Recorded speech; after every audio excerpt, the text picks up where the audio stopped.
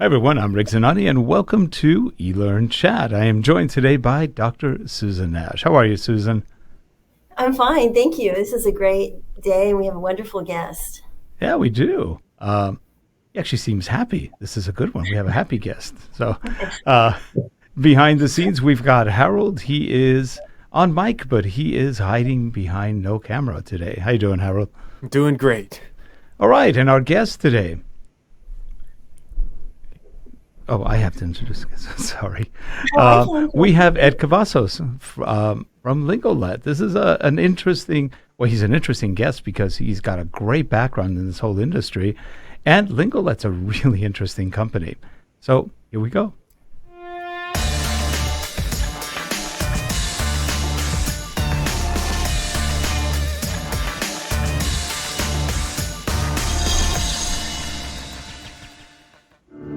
This show is sponsored by Relate Corporation. Visit us at www.relatecasts.net. Thanks. And we are back, and in that, what we call center position of power. We've got Ed coming to us from Lingolet. How you doing, Ed? I'm doing quite well, and hello to both of you, and thank you very much for the opportunity and the invitation. Been looking forward to it. No, you're welcome. And we've learned quite a bit about Lingolet, just kind of looking at the website and figuring out what you guys. You're in a very interesting business. It's not just your normal translation business. It's more. Tell us a little bit about what the company does. Well, you're right. It is more, and it's more on the basis of the fact that the company is a technology company, but yet a hybrid company. What that simply means is that the technology is driving the capabilities and the services to organizations through whether it be through AI or just the different technology capabilities, but yet integrating the human element, which is the linguists or the interpreters or translators that may be needed for the projects where the human is essential for that. So we've developed the solutions based upon a hybrid approach, but yet letting technology really being the factor that helps companies, or enables them, I should say, to do their job more efficiently, more productively, and find cost-saving ways to do so for the benefit of their clients. Now, I was reading, if I interpreted it correctly, that you're not an aggregator, but you tie people together with different translators, interpreters, the whole range of things having to do with communications in foreign languages, localization. How does that work? Or did I misinterpret that? It is sort of like you put people together, you connect people, if you will. Well said. I like to always refer to it as connecting the dots. Looking at the enterprise organizations and determining what it takes to help centralize or streamline processes for the organizations. And what that may mean is that we have to look at different segments, whether it's from an interpreter level or whether it's from a spoken, technology level, or whether it's bringing in specific subject matter experts to help an organization to, let's say, drive the solutions that they're looking for their company. So yes, our objective is to listen, ask questions, and determine if technology can be the answer, or if we need to take a look at the human linguists to be part of that solution. Mm. This is so fascinating, and I don't know if I'm understanding it correctly, but if I am, I'm amazed. So often people ask me to turn on closed captioning during a Zoom meeting, or the same thing can happen in YouTube. So I'm assuming that what the artificial intelligence does in this case is that it translates it from the source language to a target language almost simultaneously. Is that correct? Yes, you're right. You're right on target with that, with your analysis there.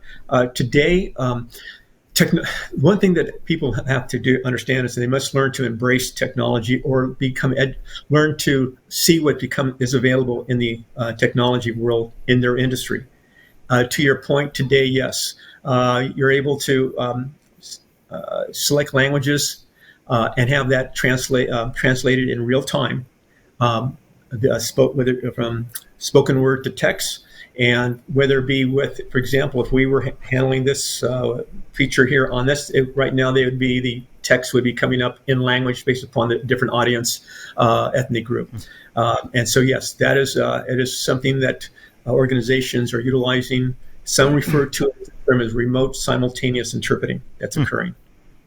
And it's interesting that's one of the things that you do, because we're noticing that the quality of the translations, even like you said, the simultaneous ones, I think it's getting up to 95% accurate, sometimes even more. It's pretty amazing how it can interpret even the idiosyncrasies of languages pretty clearly. We've been doing some translations just from English to Spanish, and they've been, and this is using something like as weird as a video editor like Adobe Premiere, where it'll create captions, but it'll also convert from one language to a different caption language, and it does it pretty much instantaneously. As it's listening, it's converting it.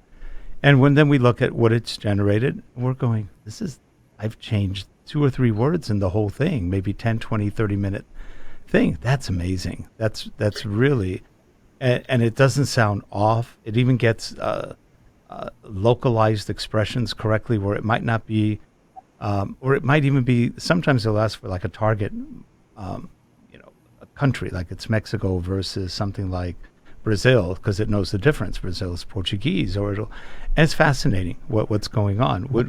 Would you say that's part of where the AI instantly starts the pattern matching, the recognition, and just gets it going? Yes, from an artificial intelligence perspective today, the language engines that are out there today, and I'll have to give Google Translate some kudos to what they have been able to do over the last, let's say, 5 years, as to what they're able to take raw data and translate that in real time through their language engines, has raised it to the level that you just mentioned, 85, 90%, where in regards to its accuracy. At this point in time today, maybe 10 years from now, maybe there might be a 100% mark, but today, at the level that where it's being acceptable, that 85, 90% level, many of the organizations are seeing that as a means of real-time translation to get things done more efficiently and quickly. And they save a ton of time having to do that, because at that point you get somebody who can understand it, and they tweak it. And you're tweaking versus having to do a lot of translating or interpreting. It's amazing. It's you just look at that and go, wow, we have come a long way. I remember the initial efforts were not too good. My favorite thing, you'll get a laugh out of this, is when you would go to movies overseas. So, like, for example, I was in Argentina for about 3 years, and I was watching what was it? I think it was a Roger Moore movie with some other people, and it was funny. It was some sort of Delta Queen. I forgot the name of the movie in Africa. And anyway, one of the other actors goes, "You blah blah blah blah blah blah," like 15 curse words in a row, and the translation was "caramba." I was the only person in the movie theater who started laughing, and people go, "What's so funny?" It's like, oh, that was funny. I mean, it was literally like 20 strung together curse words. Caramba. Oh. Today we may scarily be able to actually understand what they were saying, which is sort of interesting. But that was 30 years ago, and now that's who knows what that would turn out to be. But back then, one word. It had no idea what the person was saying, but I knew it didn't sound good. Well, the platforms are evolving today, where that sophistication of transcription, translation, machine translation, artificial intelligence is evolving. If you take a look, maybe if I can just give a simple example, where if you take a look at from let's say the telecommunication world, where we've gone from a 3G to a 4G, now to a 5G. And those are platforms now that allows new innovations to occur. Things that 3G couldn't support, 4G could not support, now 5G comes around, and now all the different applications or solutions that can be brought to the table. So technology is evolving, and it's just a matter of determining how you take that technology and apply it to your industry, to what you're doing, and seeing how you can adapt that as a solution to the clients in that area. So things will be evolving as the industry starts evolving in its technology platform capabilities, and that's what we have done at Lingolet. We've taken a look at the platforms, we've embraced them, we've added them to become solutions, and we continually look at from a perspective of acquisitions of organizations that have technology that will enhance and enable capabilities in the marketplace. I have a question too. Okay, so this is just amazing, and I think that it probably works especially well with the type of language that you would hear in actual, say, an education course or in business. But I recently had the opportunity to do a review of a book of poetry that was in trilingual form, and it was the target languages were, or original languages were, Spanish and Isthmus Zacatec, and then it had been translated into English. And in the notes they said, well, the interesting thing about it, and this is where I'm getting at, like how AI is challenged maybe in it could be help to preserve some of these at-risk languages like Isthmus Zacatec, but B, the challenges of translating metaphorical language or poetic language. And so I was wondering if you could comment a little bit about first how Lingolet can be used to help preserve languages like Isthmus Zacatec or Choctaw or Pawnee, and then also how to tackle the issue of sort of metaphorical language.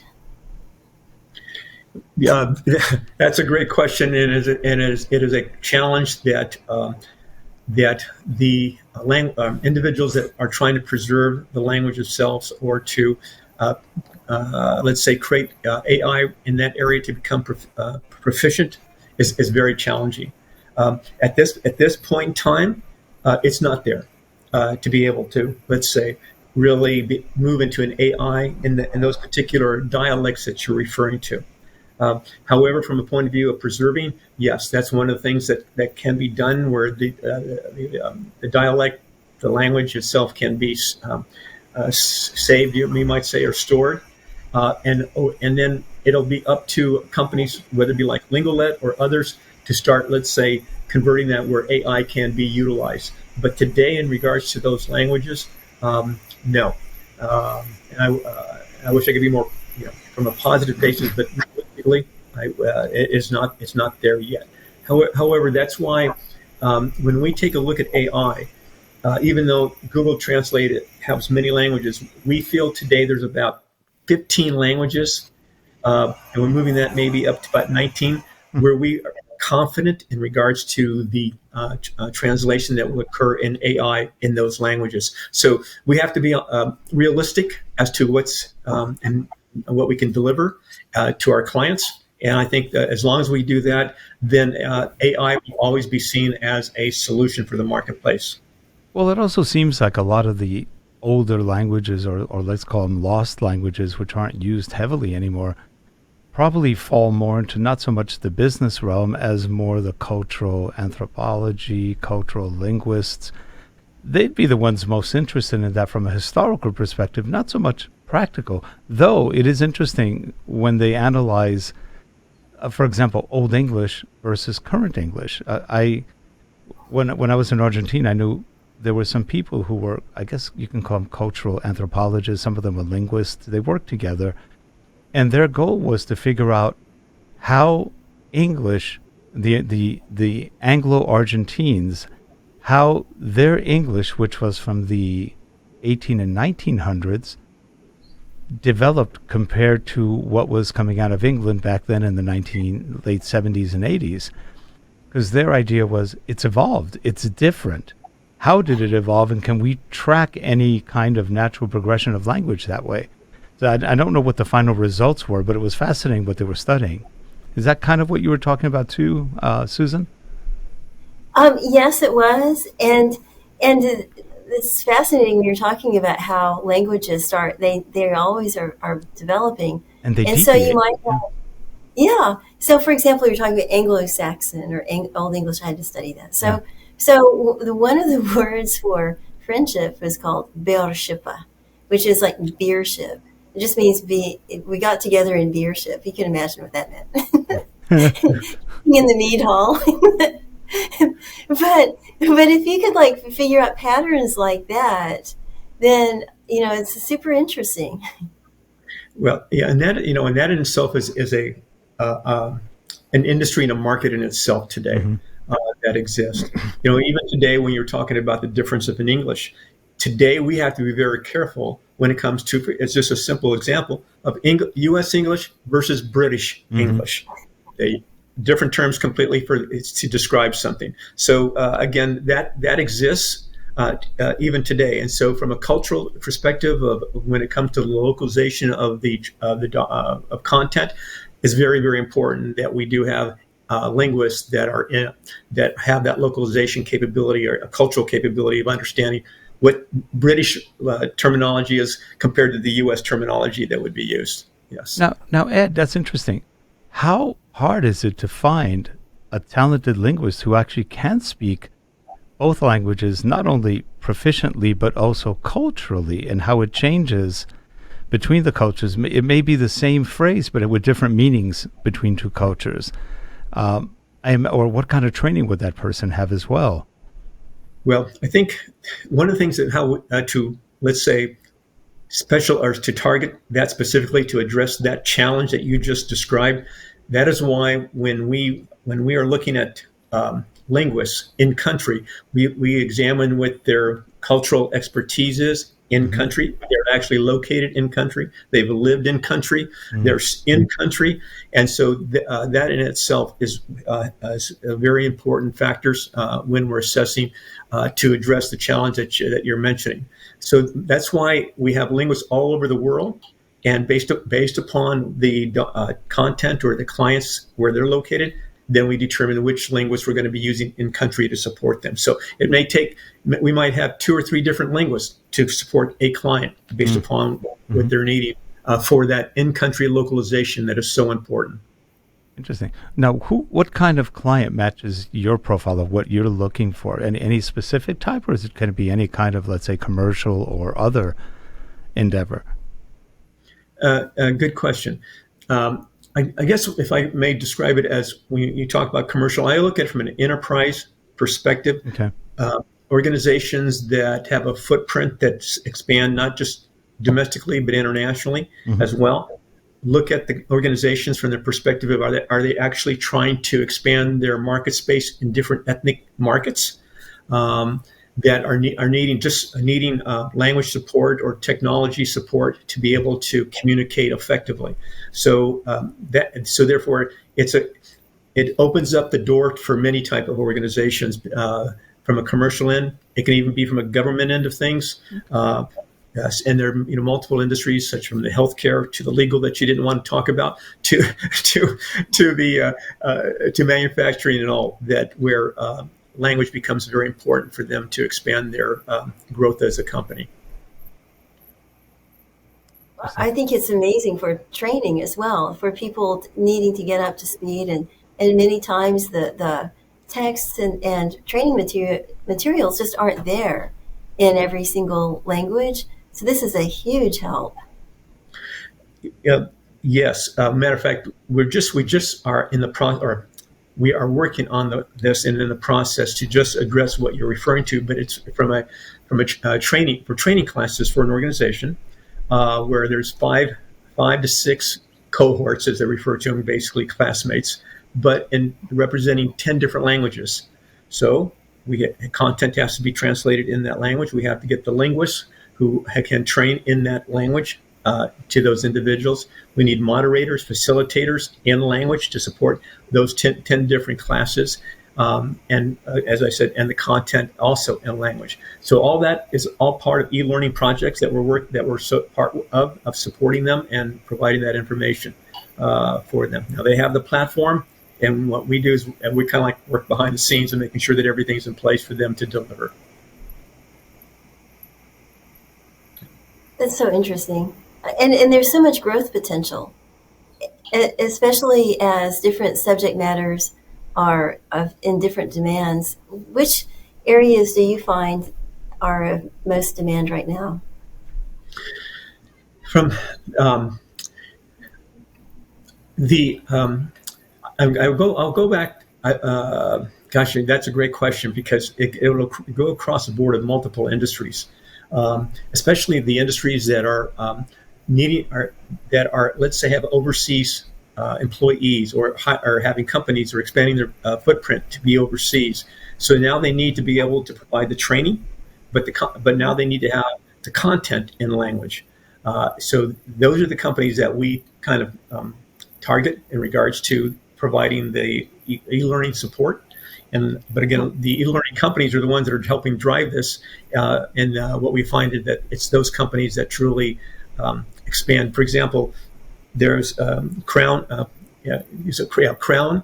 There was Nestle's, and Nike, for example, were three companies that were the e-learning type modules, but yet they needed the language capability to be able to provide the training modules and programs for them. Oh, that makes sense, especially for like onboarding or compliance training, things like that. Yes, training on, whether it be training on a product or a service that they're going to, let's say, launch in that country. They want to make sure that the individuals that they've hired are well prepared and well trained. Now, Ed, what got you? You've been in this field for quite a while. You've been in several companies from the get-go. What got you into this field? Life opportunities come by accident many times, and it's truly, I wish I could say that I had this all planned out. This is what I was going to become and focus on. Actually, it was a gentleman that I had known, and he had became the actual vice president of Language Line. He had contacted me, and he asked me, Ed, would you come to work for us? And I go, well, what are you doing? And he says, well, I'm the vice president of Language Line, and I oversee their sales operations. And I says, I'd like you to come and work with us and handle our national accounts. I go, language? I says, I have no idea. Ed just says, don't worry about that. I can teach you about language, the language industry. I just need your skill set to be able to communicate and work with these national companies and work with them. So therefore I said, great. I respected the individual. And therefore I've always approached everything from a business solution basis, and where language was the vehicle or the solution for the marketplace. So it was all by accident. It was not planned. Okay. I love it. But you know what? That's fun. When you hear those stories, is how did you get here? It just happened. Yeah. I love that. Yeah. It was. I remember watching a sketch on TV once, and this is when I was living in Argentina, and they had this famous producer, the director, and the person interviewing was saying, my gosh, that scene where all of a sudden everything goes from color to black and white. It showed the horrible destiny of humankind to just see the world in no colors. And the guy goes, we ran out of color film. Oh. And then, and what about the time when it was incredible? The whole stage, the backdrop fell down and you could see the bare nakedness of the human soul. The guy goes, I had the guy fired. He dropped the stage in the middle of filming. Accidents happen. He was a world-famous director, but it was an accident. I love it. So. Well, and I think the opportunities I've had have been to a degree by accident, in the sense that things cross your path because you're walking a certain way, and then you reach a fork in the road, and you make some decisions, or it crosses your path. And this is the case with the Lingolet. That's great. This was not a discussion that was really on a whole different agenda. And after we spoke and discussed, I could realize that based on what is being developed from a technology and the market space with AI and the hybrid platform, I knew that this would be a company that would create a paradigm shift in the marketplace, as well as an innovative way for businesses in the future to conduct language service businesses. It sounds truly fascinating. Yeah. Oh, I totally agree. It's wonderful. Now, Ed, like they say, who was it? Yogi Bear, I think, said it. If you see a fork in the road, take it. He was sometimes classic. you take it and you have to take a backtrack and then go back to the other fork of the road. Well, Ed, this is fascinating. We'd love to have you back on the show and talk a little bit more about how things are evolving, what else you're doing with this, because it's an interesting topic. A lot of people figure, oh, it's another localization show or another No, it's different. It's quite different, actually. And the way you're approaching it, and again, like you said, there's many elements to this between the cultural, the linguistic, the technology part of it, and how it all ties together. And you gave a good insight into how some projects don't have just one translator, one person. There's a whole team of people to make it happen across one or more languages. Correct. There's some, to those that are in the from e-learning companies, all I would say to you is embrace technology, become a student of it, see how it can be integrated with your organization. Realize, and I'm sure you do, that language is part of that solution that you must to bring to the table. If you do that, it'll just definitely expand your opportunities and also business growth for your company. So do take it, because the technology is coming, and just be ready for it. Be flexible, embrace it, and figure out how to make it work for you. Yeah, that's a good point. And I see so many possible sort of almost unintended benefits. For example, you might say, okay, well, I don't really need to turn on the target language for, say, I want to brush up on Russian. And so, okay, you can almost have this immersive experience by deciding to have everything translated in Russian, knowing that you can always go back to the recording in whatever language you need. That is correct. It's that's the beauty of it. That not only can you see it, it's recorded. You can transcribe it. You can get a proof if you want that more 100%. Then you can get proofreaders to review the transcription, make sure that it's 100% accurate, get it back to whoever is going to need it, and also yes, you can truly be a solution provider for those companies that are looking for something like that.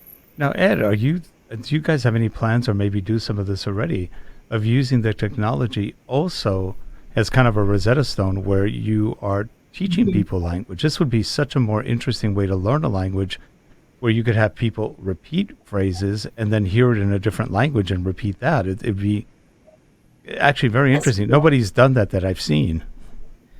Well, indirectly, yes. And this is where from the educational market space, where the transcription or the audio transcription or the audio translate, what we refer to as AI interpreter. You speak it, and then it translates it so you can hear it. So and then also, it's not only from a spoken but also from a written perspective. So to answer your question, yes, it would work very well in the educational market space. That's where we see it being applied. Yeah, it's pretty fascinating. Well, Ed, we are out of time. This has been fun, and it's been great knowing you and learning more about Lingolet. And I am fascinated by all the stuff you guys are doing. It's pretty interesting. And again, a good use of AI, because half the stuff in AI is sort of BS-y. It doesn't work that well. This is a functional use that's getting better and better as we go. We've all seen it. I mean, from 5 years ago to today is night and day. Oh, Agree. That's why I made a comment and said, 5 years ago, artificial intelligence didn't exist. Today, intelligence does exist. So now we do truly have artificial intelligence to work with. That's funny. Okay. Anyway, well, good.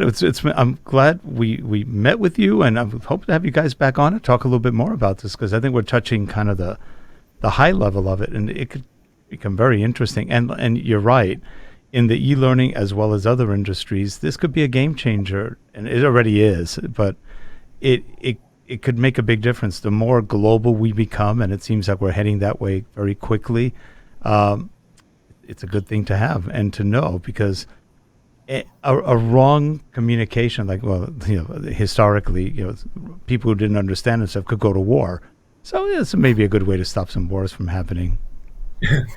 Communication is always important. Mm-hmm. I want to thank you both. You've been gracious with your time, great questions and all, and thank you again for the time given. Oh, our pleasure. This is fun. And we'll have your information below. We'll have, I think we've got your LinkedIn information, plus the Lingolet website and other things, so that people can get a hold of you. What is the best way to get a hold of you? If my email's on there, that's probably the most would be the best. Okay. Because usually I'm on conference calls, so you try to call me. I know it's going to go to voicemail, so I guarantee it. Yeah. So, but anyway, so an email. Those are the things that I check more so than the voicemail itself. Okay, great. So, that sounds good. Great. Well, if you stay on for one more minute after we're done, I'll tell you a translator joke. Okay. Goodbye, everyone. We'll see you next week. And actually, we'll be gone for 2 weeks. We are actually moving our offices and studio about a mile down the road to where our old offices were. Our lease expired here, and we're moving back to our old building, which we actually liked. And so here we go. We'll be back about the second week of December with new shows. So stay tuned. We'll be posting them out. Have a good one, everyone. Thanks. Thank you.